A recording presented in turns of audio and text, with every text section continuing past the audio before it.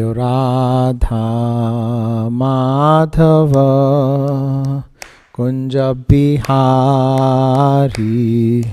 Thank you.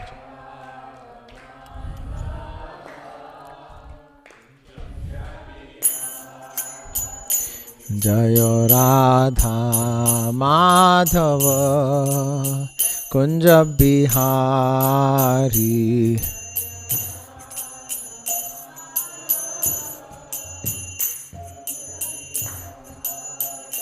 जय गोपी जन वल्लभ गिरिवरधारी.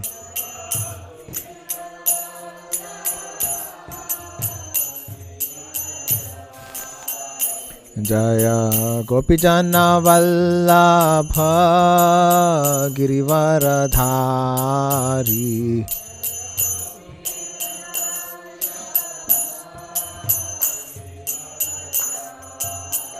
जय यशोदनंदन ब्रजजन रंजन.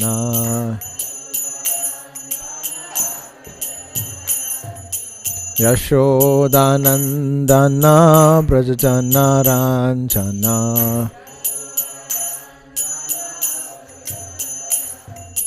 यशोदानंदन ब्रजजन रंजन.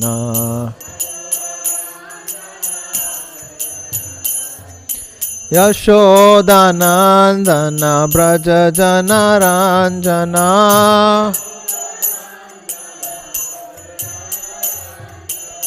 यमुना तीरावनचारी. यमुना तीरावनचारी.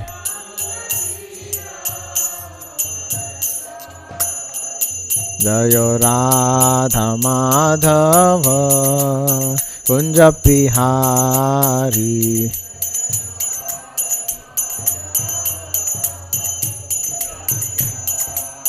ओ जय राधा माधव कुंज बिहारी.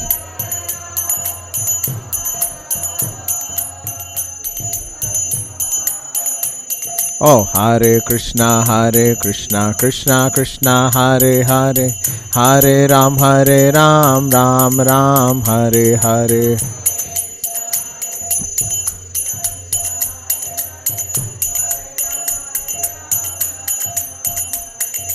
हरे कृष्णा कृष्णा कृष्णा हरे हरे, हरे राम राम हरे हरे.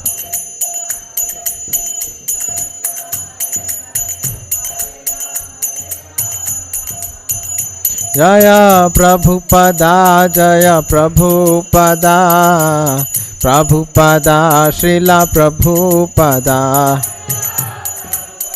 जय प्रभुपाद.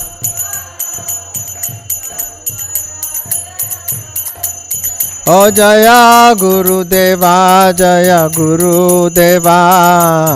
गुरुदेवा श्रीला गुरुदेवा.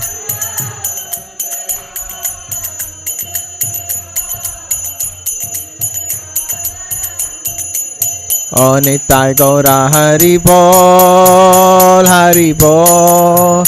हरि बोल निताय गौरा हरि बोल. निताय गौर हरि बोल. ओ निताय गौरा हरि बोल हरि बोल निताय गौरा हरि बोल. हरि बोल हरि बोल.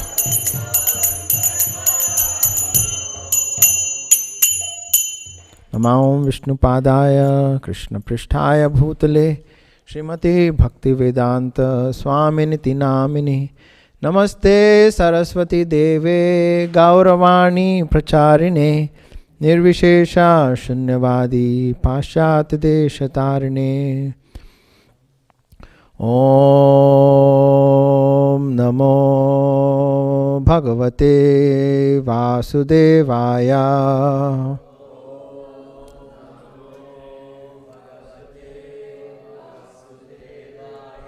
Om Namo Bhagavate Vasudevaya.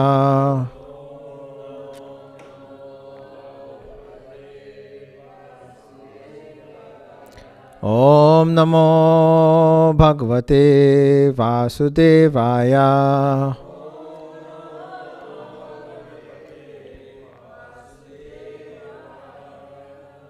So we'll all sing the prayers together. Narayana Namaskritya Naram Chaiva Narottamam Devim Saraswatim Vyasam Tato Jayam Udirayet.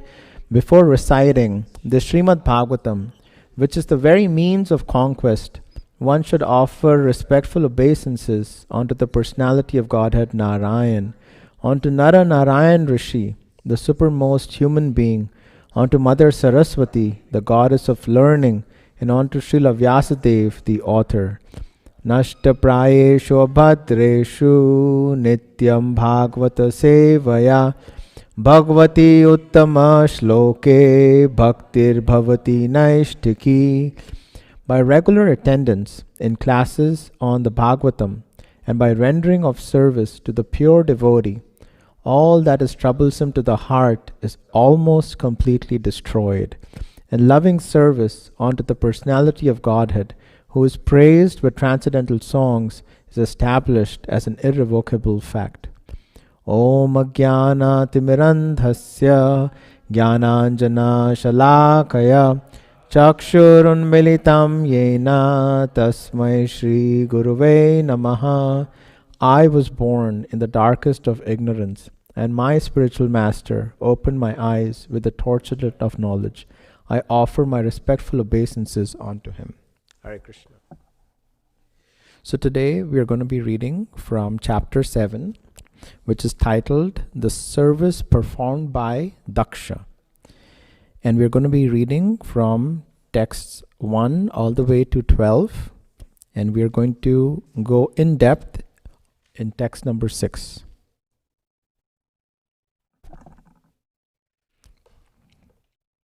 So maybe we can start reading the translations, Prabhu. Text 1. Hare Krishna. The sage Maitreya said, O mighty Arunvadura, Lord Shiva, being thus pacified by the words of Lord Brahma, spoke as follows in answer to Lord Brahma's request. Does anybody remember Lord Brahma's request? So let's go to text number 4651 to 53. So Lord Brahma, he goes to Lord Shiva to pacify him, and he has some requests. So let's read about the requests first. Text 51. My dear Lord, by your mercy, the performer of the sacrifice, King Daksha, may get back his life, Bhaga may get back his eyes, Bhuga his mustache, and Pusha his teeth. Okay. Text 52. O Lord Shiva, may the demigods and the priest whose limbs have been broken by your soldiers recover from the injuries by your grace. 53.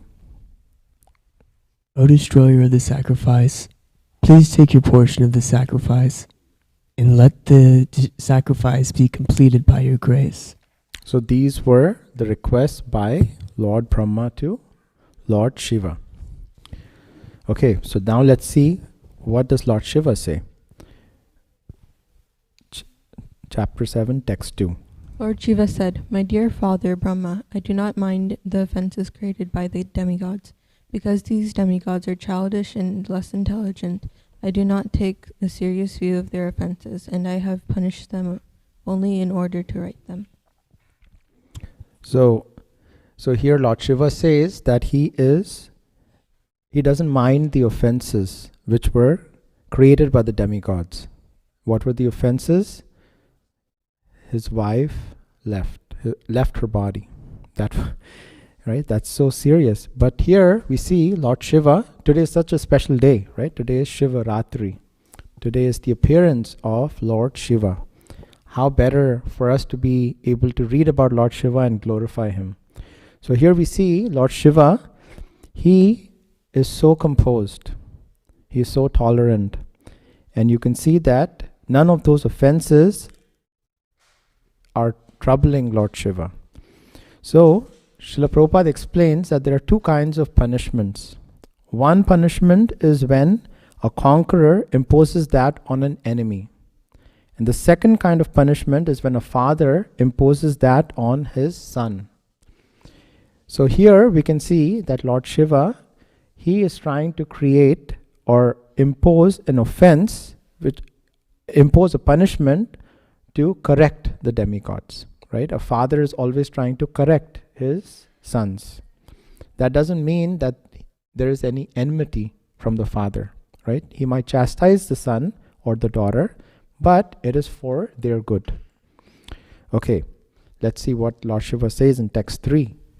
Lord Shiva continued, since the head of Daksha has already been burned to ashes, he will have the head of a goat.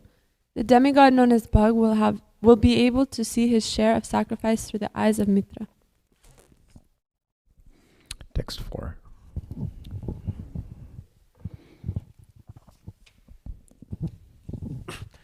The demigod Pushpa will be able to chew only through the teeth of his disciples, and if alone, he will have to satisfy himself by eating dough made from chickpeas flour.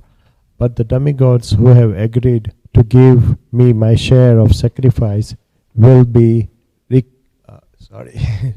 recover from all the injuries. Those who have had their arms cut off, which will have to work with the arms of Ashwani Kumara, and those whose hands were cut off will have to do their work with the hands of Pusha. The priest will also have to act in that manner. As for Purgu, he will have the beard from the goat's head. So Pusha, he had actually laughed at Lord Shiva, right, in the assembly, and he had shown his teeth. Because of that, he still has the punishment, but yet Lord Shiva is so compassionate that he is allowing Pusha to eat through his disciples. Okay, text 6. The great sage Maitreya said, "My dear Vidura, all the personalities present were very much satisfied in heart and soul upon hearing the words of Lord Shiva, who is the best among the benedictors." 7.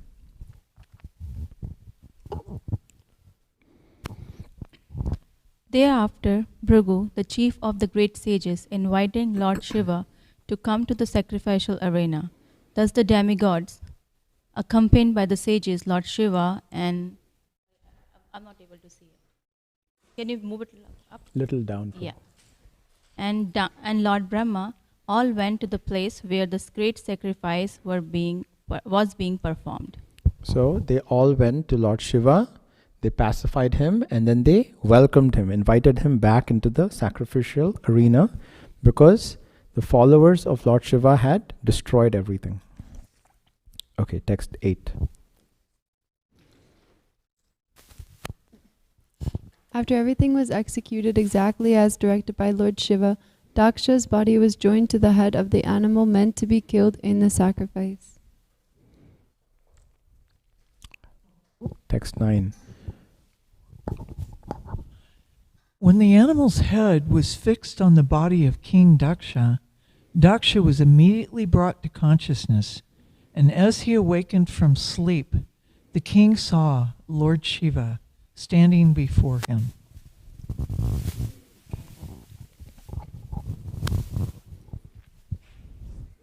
So here, there's an important thing here which Srila Prabhupada explains, that when Daksha's head was cut off, and here Lord Shiva, because he is so compassionate, even though Daksha had created so many offenses against Lord Shiva, yet because of the request of Lord Brahma and the demigods, he immediately got Daksha back by putting the head of a goat. Now, one thing which Srila Prabhupada explains is that when the head of the goat was put on Daksha, Daksha came back in his own consciousness. right? So this is a very important point, that this indicates that consciousness is also individual. When we leave our body and we go to a different body, we leave the gross body, which is made of 5 elements: earth, water, fire, air, and ether. What goes with us is mind, intelligence, and false ego, right? So here we can see that that was riveted in Daksha's consciousness. So as soon as he came back in life, he knew who he was. Okay, text 10. At that time, when Daksha saw Lord Shiva, who rides upon a bull, his heart, which was polluted by envy of Lord Shiva, was immediately cleansed, just as the water in a lake is cleansed by autumn rains. So here we can see the example of Lord Shiva, who is very auspicious.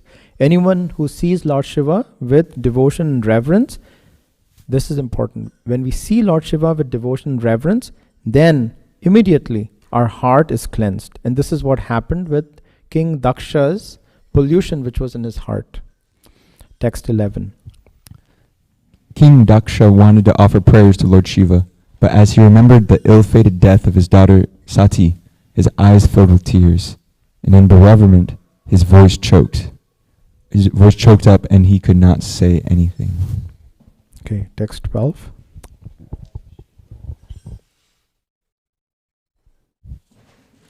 At this time, King Daksha, afflicted by love and affection, was very much awakened to his real senses.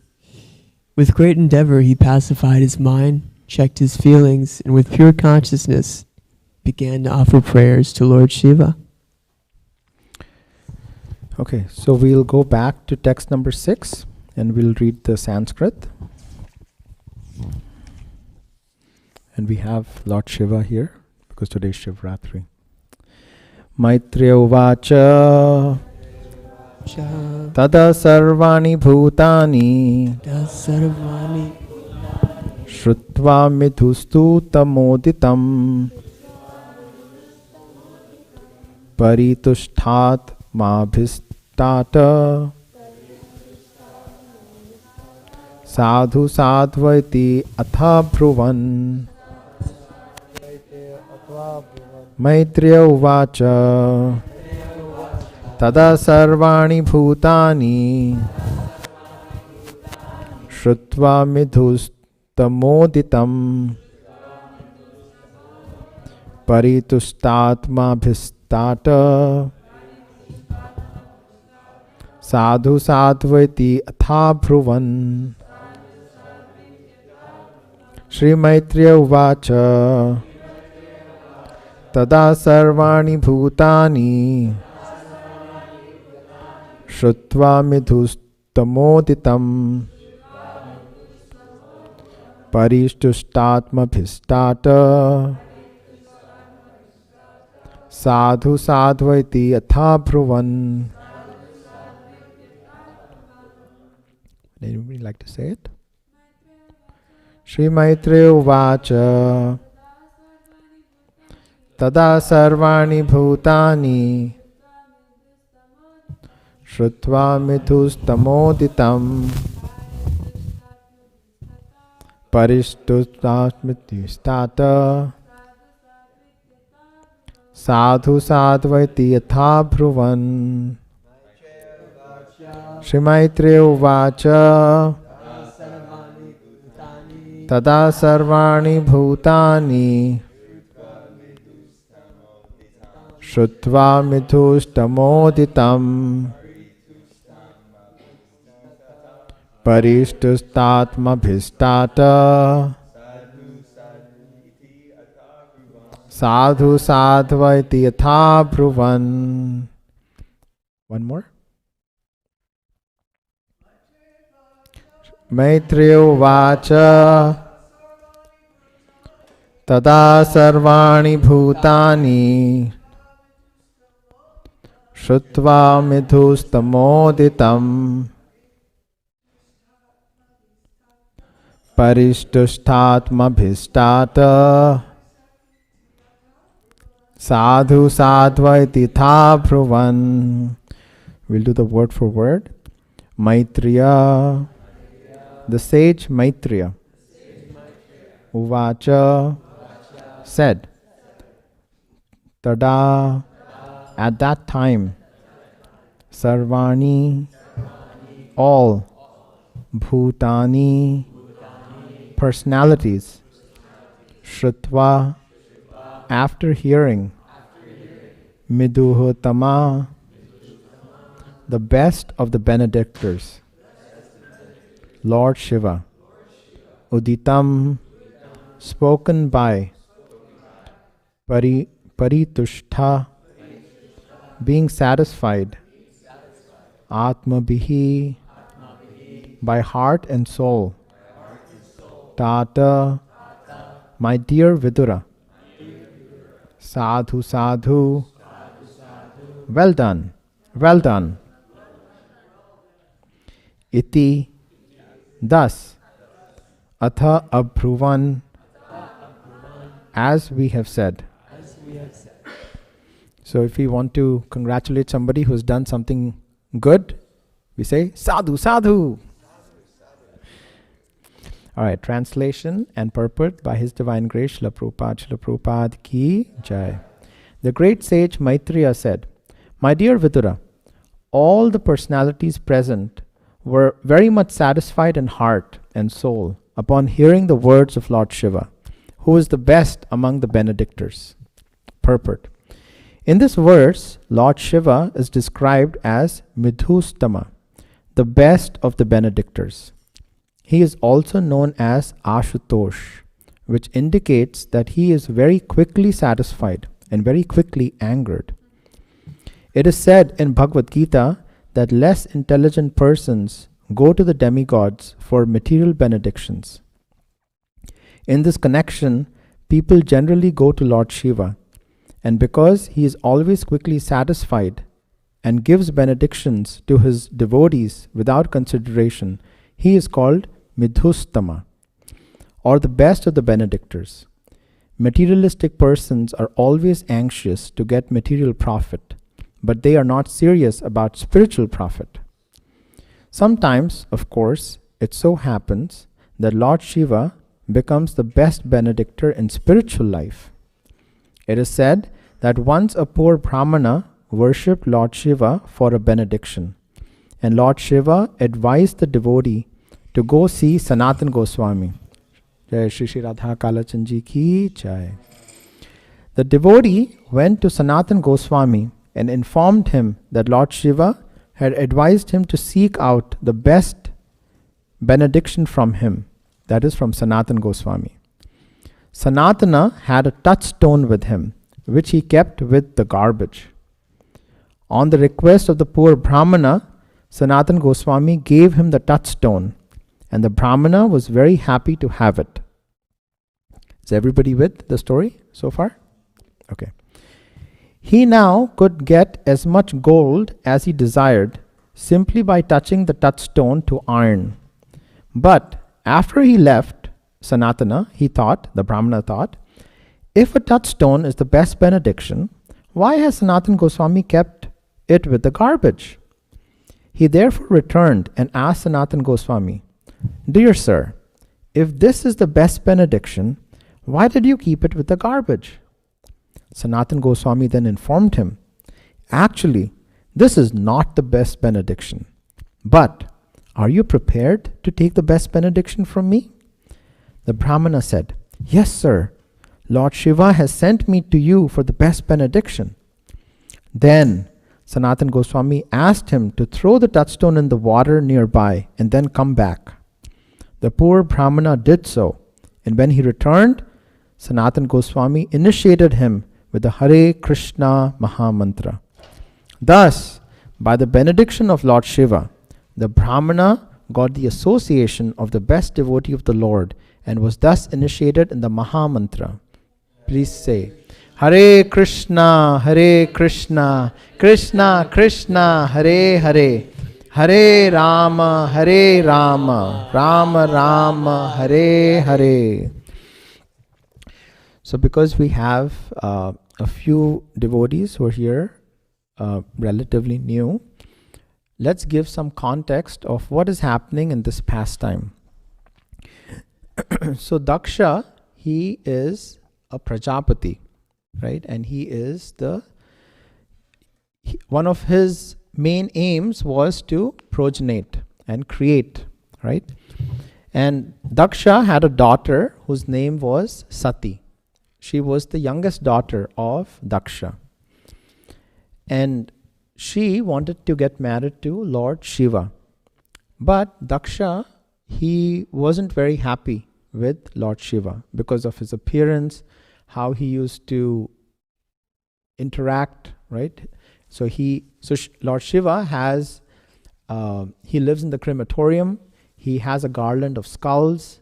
He has ash over his body, right? So that was his appearance. And Daksha was not, very favorable to Shiva. So Daksha once had a sacrifice. He was performing a sacrifice, and Lord Shiva and Lord Brahma were also present.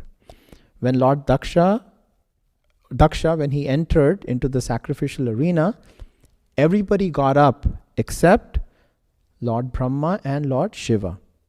And Daksha took offense because of this. And because he took offense, he cursed Lord Shiva. When Lord Shiva's followers heard this, there was a counter curse, right? So there were curses and counter curses in the sacrificial arena. And the atmosphere became polluted. And Lord Shiva, he actually then got up and left the sacrificial arena. And because of this, Sati was not able to go home for some time, right? So these pastimes are for us to be able to understand, how to deal with our situations. Many times we have situations like this where, we are not able to get along with some relatives or somebody, right? So Sati was not able to go back home for quite some time. After a few years, Daksha was again having a sacrifice, I think it was a yajna, and at that time he had invited everyone, all the demigods, all the relatives, except Lord Shiva and Sati. And when Sati was hearing that all her sisters, all the demigods are flying in their airplanes and going to Daksha's sacrificial arena, she thought that I would also like to dress up and go. So then she goes to Lord Shiva, her husband, and requests Lord Shiva that, maybe we should go. Because no sacrifice is complete without you being present there, my dear Lord. And you are to also get some benefit from the sacrifice. But Lord Shiva, he explained to his wife Sati that you should not go to a place where there's no friendly attitude or friendly mood. But Sati was so she really wanted to go, right? She wanted to go see her family. So despite Lord Shiva telling her not to go, she started to go. And when Sati was getting ready to go, all the disciples of Lord Shiva also accompanied her, right? They dressed her up so nicely. They had a palanquin, and all the followers, they started to blow their bugles, and right, it was like a party going. And when Sati arrived, Daksha gave her the cold shoulder.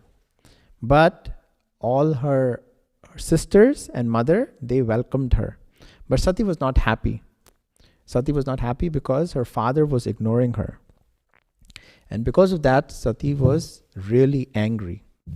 In the Bhagavatam, it is said that her eyes became red with anger. And because of that, she told Daksha that I really don't want to be associated in a body which has been given by you. And she meditated, and her life air, she brought it up, and she actually left her body. Because she was able to concentrate her life air all the way to her head, there was a great fire, and then she left her body. And then later on in the Bhagavatam, it's described that she became the daughter of the mountains and then again got Shiva as her husband. But now when Shiva heard this, that his dear wife Sati was insulted and she has now left her body, he got really angry. And in his anger, he actually got which demon? Does anybody remember? Virabhadra. And how was Virabhadra created? From his hair. So powerful was Lord Shiva. He just took out a strand of hair and put it on the ground, and then we had this great demon Virabhadra who immediately went and destroyed everything in the sacrifice, the sacrificial fire, and he cut off Daksha's head. So this is where we are.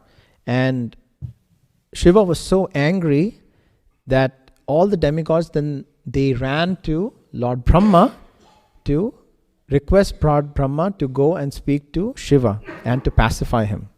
So in the last chapter we read how Brahma, along with the demigods, goes to Lord Shiva to pacify him and to request him that please forgive all these offenders.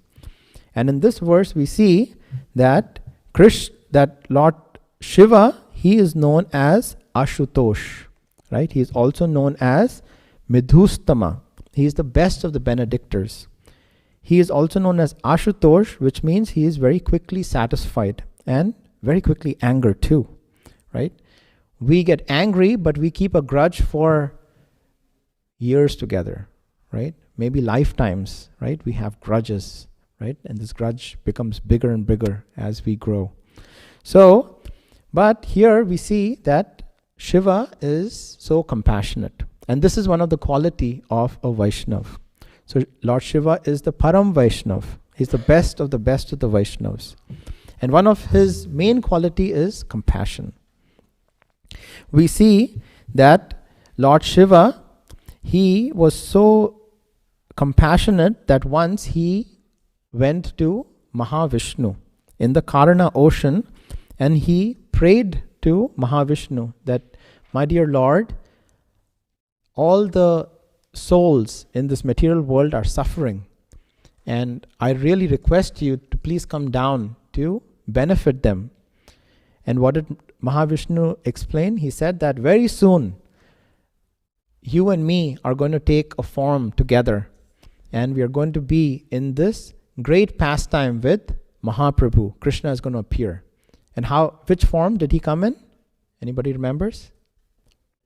Advaita, right? Advaita Acharya. He was the combination of Sadashiv and Mahavishnu. So, when Advaita Acharya was in the womb of his mother, Lava Devi, it is said that the son of the sun god, who was the son of the sun god? Yamaraj, the lord of death. He came to pay a visit to Advaita in the womb of his mother, requesting him not to come. Why? Because if Advaita had appeared, he would have delivered everyone in this material world. And he was praying that, my dear Lord, if you show up, then I won't be able to do my service nicely. But Advaita, he had two purposes. And he said, no, I'm going to come.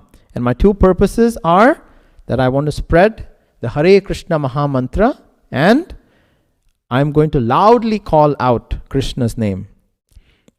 It is said that Advaita was so loud, he would call out so loudly that when he was young, his name was called Kamal Naina, the lotus-eyed. And when he was a small boy, the king, the son of the king, they were together once. They had gone to a temple of Kali. And as soon as the curtains opened, the prince paid his obeisances. But Advaita did not pay his obeisance. So then the prince asked him that, why aren't you paying your obeisances? And then Advaita, he just loudly chanted the holy name. And because of his loud chant, the prince actually fainted. That was how loud Advaita Acharya was. And we also see that how Advaita, he Jai Shri Shri Radha Kalachan Ji ki Jai. We also know that how Advaita Acharya was so compassionate that he sat by the banks of the river Ganga just with the Shaligram Shila in Shantipur, offering Ganga water on the Shaligram, and because of his loud chanting, he was praying to Krishna that, oh my dear Lord, please come into this material world to be able to benefit all these jivas. And that place, Shantipur, even today is so secluded. It's a very beautiful place.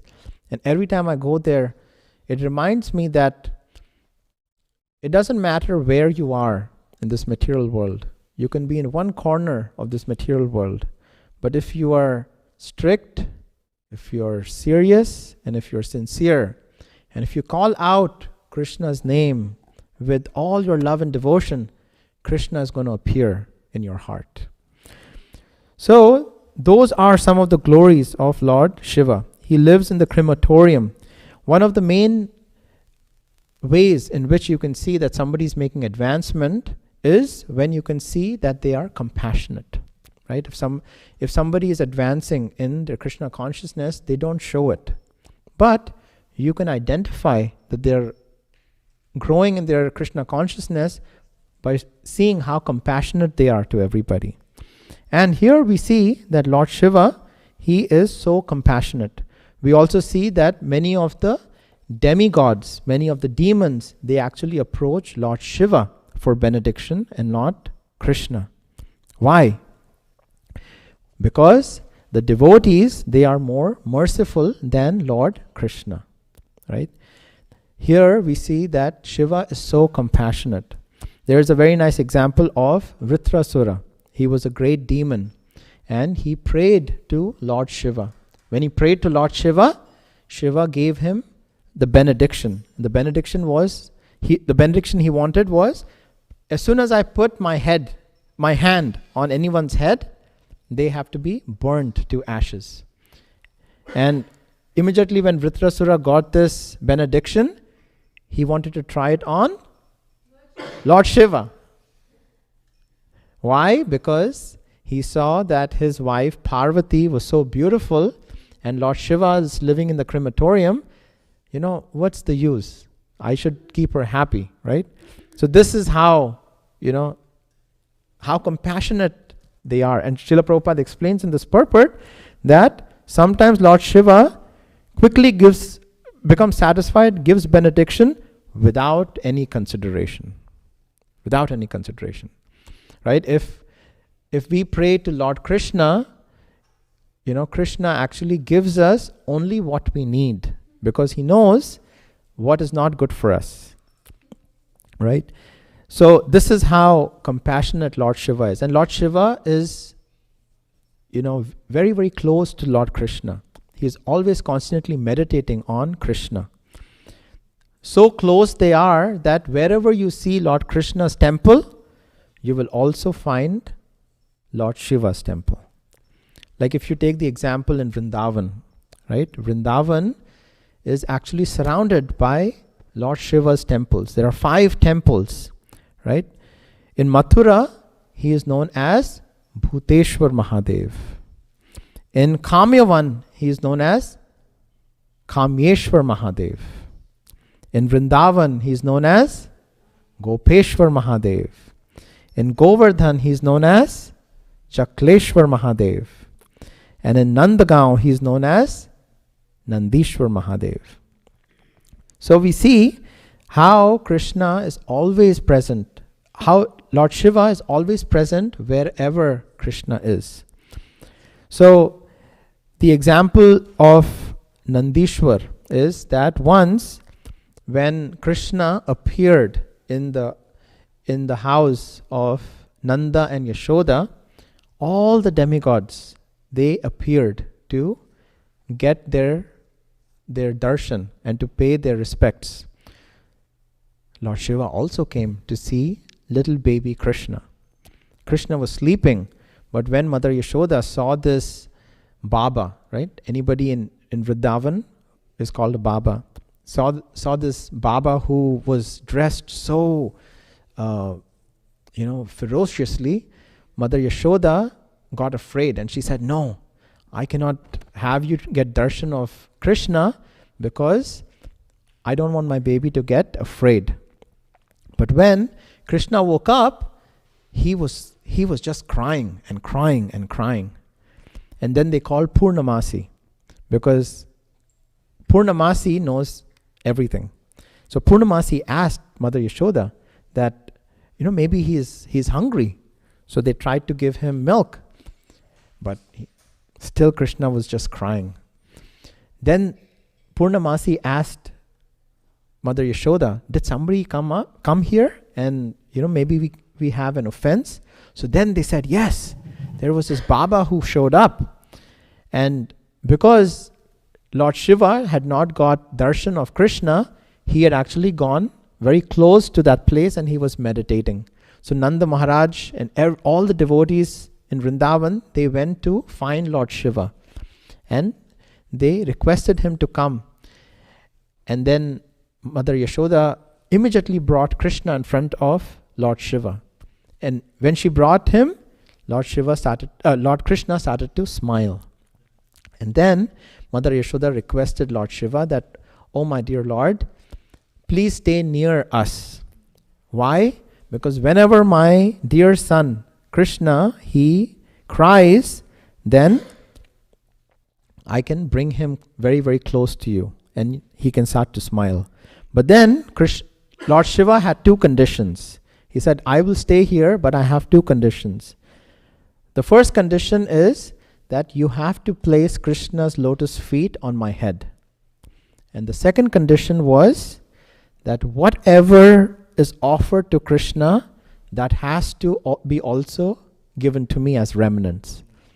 So that's why we see in Nandagaon, if you go to Nandagaon, if you climb all the steps and you go up there, the first thing you see is Nandishwar Mahadev, right? Even to this day, whatever is offered to Krishna Balaram is first given to Nandishwar. So this is how close Lord Shiva is. Another very nice example is of Vaman Dev, right? Vaman Dev, he was the dwarf incarnation. And he came to Bali Maharaj and he requested for, what did he request for? 3 steps, right? And even though Bali Maharaj knew who he was and his guru had told him that don't accept, but Bali Maharaj accepted. And immediately when he accepted, Vaman Dev started to grow.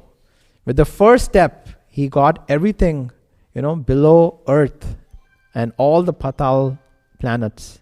With the second step, he actually got all the heavenly planets.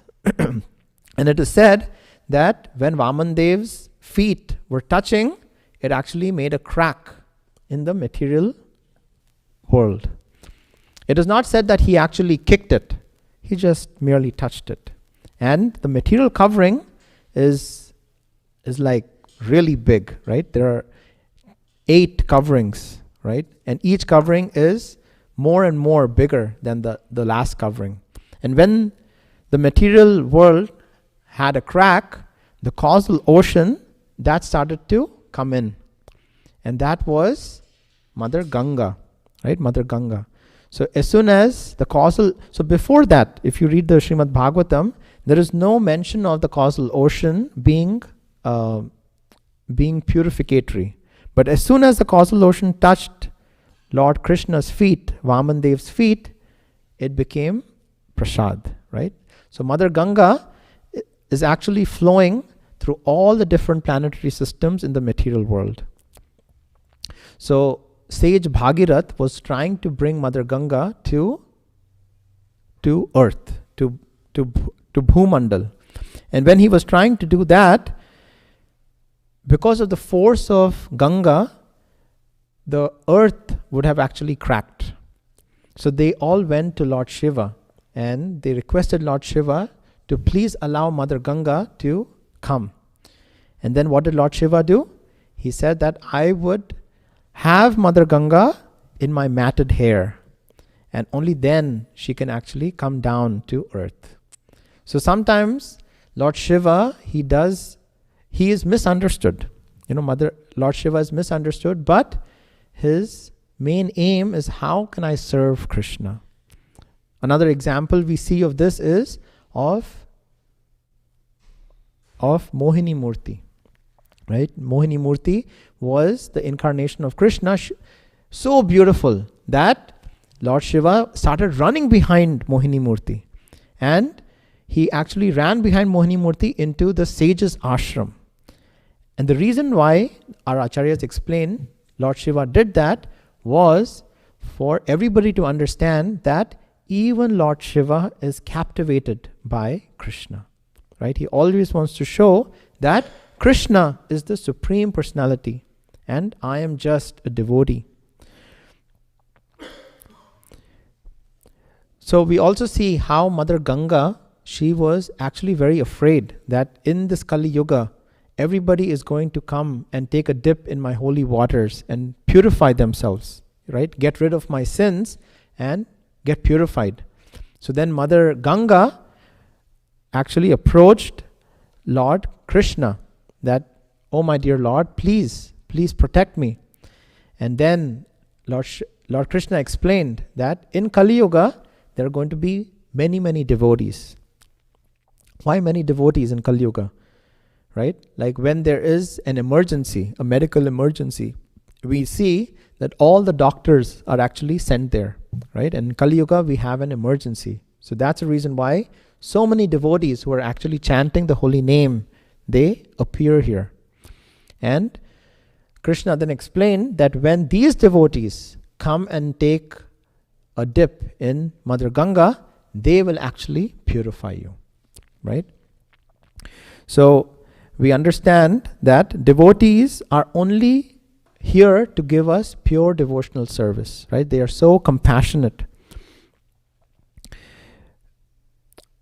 We're running a little bit on time, but the final point I want to make is, here in this purport we actually see how Lord Shiva, he was so compassionate that Srila Prabhupada explains that this poor Brahmana, he was sent to the devotee Sanatan Goswami, right? And Sanatan Goswami wanted to give him a touchstone, right? So the poor Brahmana approached Lord Shiva for material gain. But here we see the compassionate nature of Lord Shiva. He did not want to give him any material benediction, but he wanted to give that poor Brahmana a spiritual benediction. And that's why he asked him to go and see Sanatan Goswami, a pure devotee of the Lord. And when he went to see Sanatan Goswami gave him a touchstone from his garbage. And then the Brahmana thought that if this touchstone is the greatest benediction, why did Sanatan Goswami keep this in a garbage?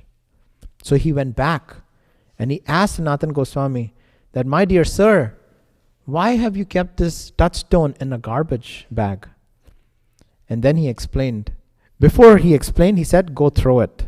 Right? So we should not have any attachments to these material things. But the poor Brahmana, he went and he threw it and then came back to Sanatan Goswami. Right? He had firm faith. And then Sanatan Goswami gave him the greatest benediction, which is the Hare Krishna Mahamantra, which our dear founder Acharya Srila Prabhupada has so freely given to everyone. Right?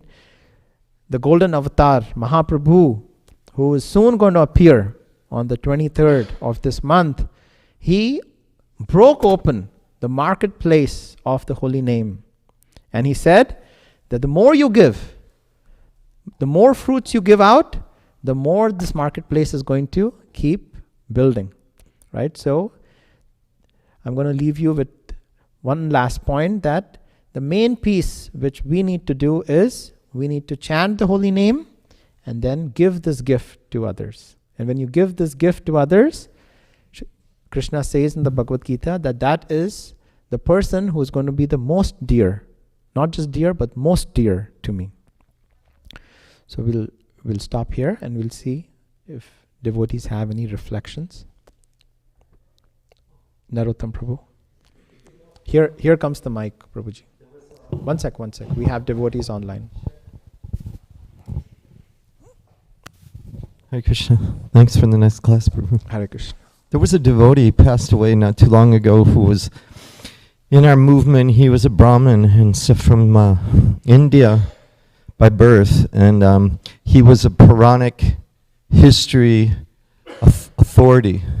Like he had studied all the histories and different literatures, and that deal with Krishna's worship. So he told a story once of how Lord Shiva. Let me see if I can remember correctly.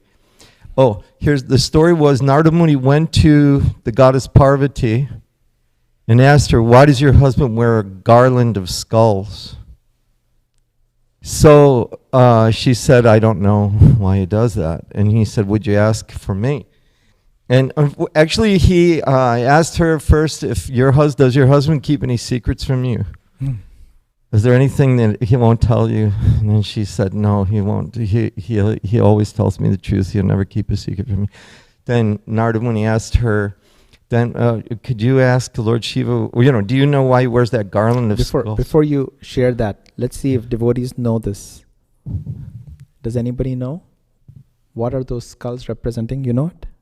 Okay. All right. You know too? Okay. Two devotees. Go ahead, Prabhu. Yeah, so then Parvati said, "No, I don't know." And he asked her, "Would you ask your husband?" So when she went to Lord Shiva said, "I can't tell you." And then Parvati said, "I just told Narada Muni that she'll never keep a secret from me. How is it, that we're married and now you're telling me you're going to keep secrets from me?" So anyway, as the whole thing disclosed, finally, Lord Shiva told her, "This garland of skulls are your skulls." Yep. And he said, "From each previous life that you had been my wife and served me with love, I kept your skull and I put it in a garland. And I'm wearing this garland represents your love for me." And so then, a skull is pretty extreme, right? But then people normally their family member passes away. Add to that story, Prabhu. So then what did Mother Parvati do after she heard? She asked, "How do I end this garland of skulls? And how do I get out of this material? How do I stop this, adding to this garland of skulls?" And then what did Lord Shiva said, "Then you have to hear Srimad Bhagavatam." Jai! Thank you. But the Parvati and Lord Shiva's dialogue and discussion on the Bhagavatam is one of the main sections of the Bhagavatam. I think the only other person that's quoted more and historically referenced more is Prahlad Maharaj. Otherwise, I think Lord Shiva and Parvati are the most quoted authorities that are, represented in the Bhagavatam. Jai. Anyway, I thought that was a really interesting story. I just wanted to share it. Such a beautiful pastime. Yeah. Thank you for sharing, Prabhu. And there's a job open to become the greatest Puranic authority in our movement now, since that devotee passed away. Jai. Hare Krishna. Narottam. Yeah, I think so. Yeah. Yes, Prabhu. Hare Krishna, Prabhu. Thank you for the discussion. It's really nice. The question is that in the 8th canto, the pastime of the churning of the ocean, in that pastime, when the ocean generates halahal, poison, the demigods approach Lord Shiva. And they use the very same descriptions to describe him that is used for Krishna. Like, he's the absolute truth, he's the source of Brahma, Vishnu, Mahesh, he is the source of Omkara, and so many descriptions that we hear for Krishna are used for Shiva. So how do we understand the position? Nice point. Nice question, Prabhu. So, there are 3 things which are very difficult for us to understand. One is the Guru Tattva, second is the Shiva Tattva, and the third is the Shakti Tattva, which is Radharani. So, Shiva Tattva, Shiva, Lord Shiva, it is explained in our scriptures that he is coming from, so from Krishna comes Balaram. From Balaramji we have the first Chaturvyuha. From them we have the second Chaturvyuha. From them we have Mahavishnu, right? Then we have the Karanadaksha Vishnu, right? So Shiva is actually non-different from Krishna, and Lord Brahma explains that the only difference is like milk and yogurt, right? And it is also explained that Shiva is actually an incarnation of Krishna, but in the mode of ignorance. He comes here for a particular reason, right? And the reason is that he wants to actually give compassion to the most fallen, right? And he gives compassion to people who are in the crematoriums, right? The ghosts and the pishachas. But the only reason he gives that is so all of them can actually come to Krishna. In the story we see how the poor Brahmana approached Lord Shiva. But what did Lord Shiva do? He sent him to a devotee. And immediately, instead of getting any material benediction, this person actually got spiritual benediction. So, we have to understand that Shiva is the Param Vaishnav. And he is constantly meditating on the lotus feet of Krishna. He is constantly meditating on the Srimad Bhagavatam. And when we approach Lord Shiva, like today is such a special day, Shivratri, we should pray to Lord Shiva that just like how he has pure love for Krishna, he can also help us get that pure love in our hearts. So, that's all I have. Hare Krishna. Yes, Narottam Prabhu. This point you just stated that Lord Shiva is in the mode of ignorance.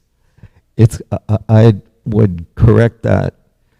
I would say that he's a controller of the mode of ignorance. He's Thank you. yeah, but to say that he's in the mode of ignorance, it's dealing like yeah, I think it's a miscalculation or maybe just said that because he's one of the guna avatars, but never is it described that he is in the mode of ignorance. He is compassionate to those in the mode of ignorance. I mean, you could correct me if I'm wrong. I live to be corrected, and I'm so glad that you corrected me. Thank you. You're right. But Lord Shiva, the relationship with Krishna is so close that there's a self-manifested deity that you can see on the Navadvip Mandal Parikram, and it's called Harihara. And you can look on your phones after you leave class, but the deity is half Lord Shiva and half, together in one deity. And they say that that deity is self-manifested, like it came from the heart of the Lord to show Lord Shiva how intimately connected he is. At the same time, in the Nectar of Devotion, Krishna, right, is described to have 64 unlimited transcendental qualities. And we, the Jiva Tattva, we can manifest up to 50 qualities to a minute degree. Krishna manifests them to an unlimited degree. And Lord Vishnu, he manifests 60 qualities. There's 4 unique qualities that even Vishnu doesn't have. But then Lord Shiva is described to have 55 qualities. And one of the examples that distinguishes like Lord Vishnu from Lord Shiva, for example, is that Lord Vishnu, from the pores of his skin, universes manifest. See, even Lord Shiva, it's described, doesn't have that power. He doesn't manifest that power. So even though, the example is given of like an 8-ounce cup of milk, a 10-ounce cup of milk, 12, 16, 20-ounce cup of milk, they're all full, right? But the 20-ounce contains also the 12-ounce and the others, right, within it. So there's also some distinctions in terms of Lord Shiva's, manifestation of qualities. Certainly he's superior even to Lord Brahma, it's described. And then we have different gradations of Lord Shiva, like we have, like you're referring to Sadashiva in the spiritual world. Like the abode of Lord Shiva is both between the spiritual world and the material world. It's Hari. What is the name? Mahesh Dham. Mahesh Dham. But he's referred to differently in Brahma Samhita. No, Kailash is one of the places. Devi Mahesha Haridam Suteshu Teshu. Yeah, there you go. So it's what's the Dham referred to? Mahesh Dham. Mahesh Dham. Yeah. So he manifests himself completely in his spiritual opulence as Sadashiva, and then there are different incarnations of him, like Lord Rudra. But I don't know the exact distinctions between those incarnations and Sadashiva. But I do know in the Nectar of Devotion we have that 55 qualities are manifested by Lord Shiva, whereas Krishna manifests 64. And the distinction between the universes manifesting from the body of Vishnu and Shiva is given. Jai. Hare Krishna. Okay. Any other? Yes, Prabhu. Do we have time? Yeah. Go ahead, Prabhu. So just curiosity. So Lord Shiva is considered to be the Param Vaishnava. And at the same time, we heard that Lord Shiva has this quality that he'll become pleased so easily. And at the same time, he become angry also so easily. So how can a Param Vaishnava, become angry so easily, so quickly? Would anybody like to take this? Lord Srila Prabhupada used to get angry all the time. In fact, the Vaishnavas are glorified. Like if somebody becomes angry with you, it's considered they actually have more love for you than if somebody is like always nice to you, right? There's a saying like the disciples of Bhaktisiddhanta Saraswati said that when he would chastise them, they considered it as a greater mercy than when he glorified them. That's one perspective. I'm not saying. And I think we can go back to the purport. Like Srila Prabhupada actually explained this in this purport very nicely.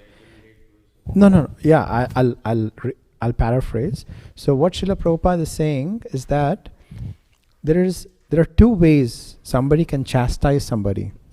One way is when somebody is conquered, and then they are chastised. Right? They committed an offense and then they are chastised. The other way is when a father is trying to chastise their son or daughter. So that is the anger which Shiva showed here. Right? Like here we see Shiva is angry. Right? Shiva got angry with Daksha and all the demigods. But when Lord Brahma came to pacify Lord Shiva, Shiva says that actually I don't take offense. And Srila Prabhupada is explaining that the reason why he is not taking offense, even though he was angry, is because he was trying to chastise them in a good way. Like a father is chastising their kids so they can improve. That would be my understanding. He was not angry, but Daksha had to, and he didn't take any offense, but Daksha had to lose his head. So as a father, if our children do something wrong, it is our duty to correct them, right? We would still punish them, but we still have love for them, right? So I think my understanding would be that Shiva here was trying to punish them for what they did, but he still had love for them. And that is compassion of a Vaishnava. Thank you so much. Just one last meditation I have. If you look in this book, what is it? My Guru Maharaj wrote, Servant of the Servant. So you're going to see a photograph of the temple in London, and Prabhupada had the devotees put an empty Vyasa-san on the altar. You can see it in the photograph in that book of the London, when they installed Sri Sri Londonishwar, Radha Londonishwar. And Prabhupada had the devotees do that because he said Lord Shiva was coming to the kirtan that they were having in the temple every day. And the devotees asked Prabhupada, why was Lord Shiva come to see us? And he said that Lord Shiva was coming to see us because he thought it was so funny that a group of Malechas were chanting Hare Krishna like this. Jai, Hare Krishna. So on this wonderful Shivaratri, I pray to Sri Sri Radha Kalachandji and to Lord Shiva that he gives us, he clears our path on our devotional journeys, so we are able to soon get love in our hearts and get Krishna prema. Hare Krishna. Srimad Bhagavatam ki jai, Srila Prabhupada ki jai. Vancha kalpatarubhyascha, kripa sindhubhya eva cha.